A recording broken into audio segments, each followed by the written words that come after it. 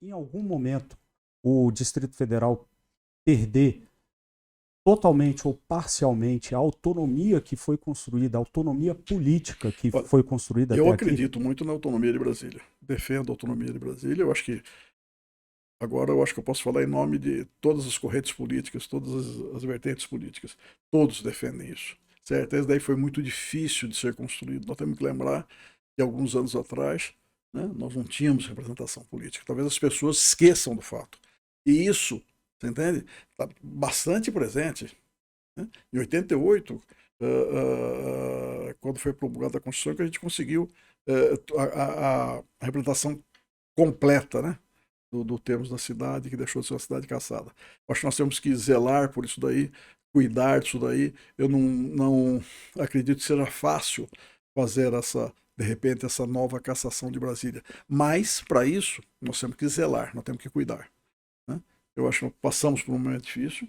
Você vê o seguinte, é de uma gravidade fantástica o que se noticiou de 3 torres de linha de transmissão, sou do setor elétrico, né? Eu fiquei extasiado, quer dizer, eu fiquei abismado. 3 torres em linhas diferentes, linhas de transmissão diferentes, derrubadas. Demais. Isso é gravíssimo. Gravíssimo, gravíssimo. Isso, as pessoas que talvez realizaram esse fato não têm consciência do que. Ou ao contrário, pode ter consciência e fez de propósito para alcançar um verdadeiro caos do país. Exato. Então, nós temos que ter hoje. Estamos vivendo um momento que precisamos invocar essa tolerância, precisamos superar esse momento, precisamos torcer, sobretudo, que o país dê certo. Exatamente, porque, afinal de contas, está todo mundo no mesmo Volto avião. a dizer o seguinte, Totti, tenho liberdade porque eu sou do MDB a vida inteira. Foi o meu partido que eu tive todos esses mandatos, são 6 mandatos. Eu tive pelo MDB, nunca mudei de coisa. A primeira filiação minha foi no outro partido que não existe mais. Como não teve a cláusula de barreira, ele não conseguiu vencer. Então, desde o primeiro momento que eu comecei a exercer meu mandato, comecei pelo MDB. Portanto, eu posso me considerar que nunca ter mudado de partido ao longo, né, da minha vida pública. Eu entendo que, na hora que eu falo que eu tenho liberdade, porque nessa caminhada, no primeiro turno, eu apoiei claramente, com estrutura, com material, com tudo, a campanha da Simone Tebet. Então, quer dizer, eu não estou falando aqui, não, o Filipelli está falando isso porque ele tem uma queda pelo Lula. Não, o Filipelli está falando isso porque ele tem uma queda pelo Bolsonaro. Ao contrário, eu tenho fotos, vídeos, etc., né? Caminhando com a Simone Tebet, a Simone na Tebet, estrutural, claro. material meu com a Simone. Então, eu tenho essa liberdade de poder falar isso. Isso. E no segundo turno? O senhor pode revelar quem foi que Tadeu Filipelli? O segundo turno, eu continuei seguindo a orientação da Simone. Né? Não a orientação da Simone, uma orientação praticamente de quase todo o MDB, e logicamente ele é um partido. O MDB, se costuma falar que ele é uma federação de partidos, né?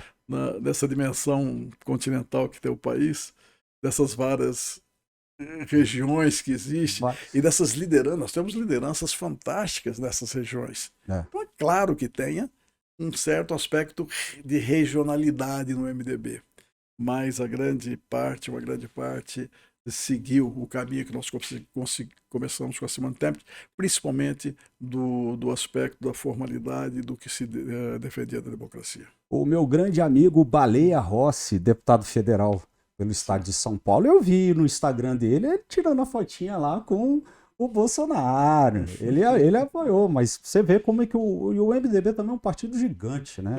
Você tem a regionalidade. Foi que eu acabei de...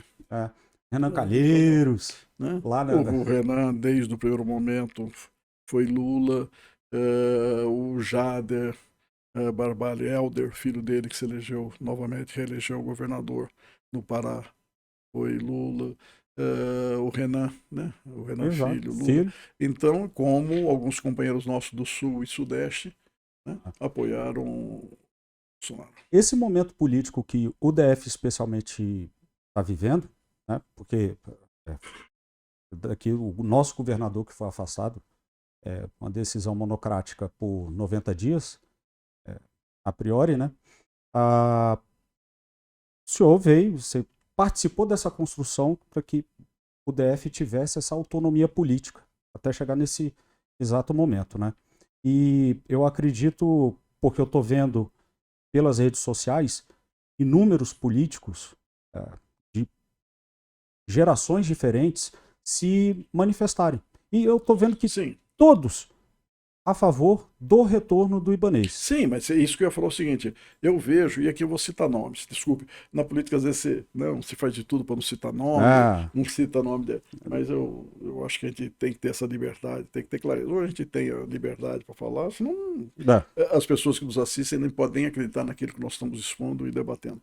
Mas, por exemplo, achei interessante o gesto de defesa do próprio Zalcy, que disputou a eleição com o governador. Eu ia falar sobre isso. Achei interessante hoje uma postagem do Fraga, que apesar de ele caminhou no bloco político do governador Ibanez, porém não apoiou Ibanez, ele fez hoje uma postagem em defesa do Ibanez.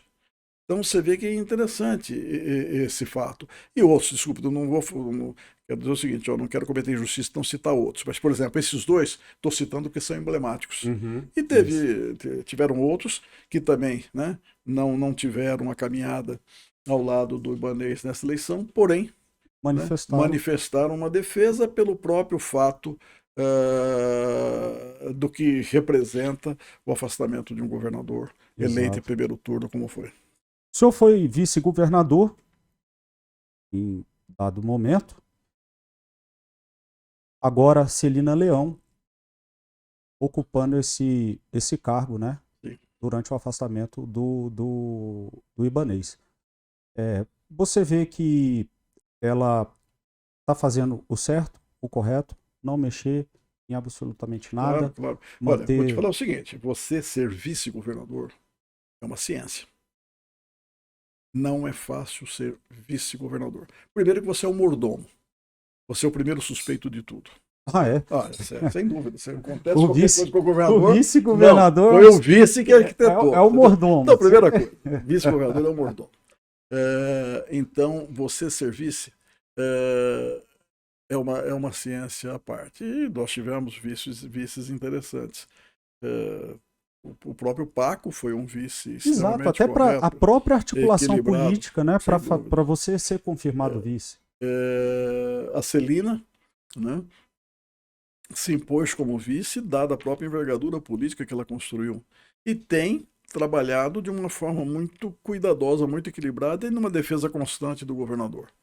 Portanto, eu entendo que a Celina tem conseguido, né, atravessar esse momento, viver esse momento, né, porque não atravessamos ainda, mas está vivendo esse momento, de forma com um pulso muito firme e com um equilíbrio muito grande. Acho que isso é interessante. Eu achei muito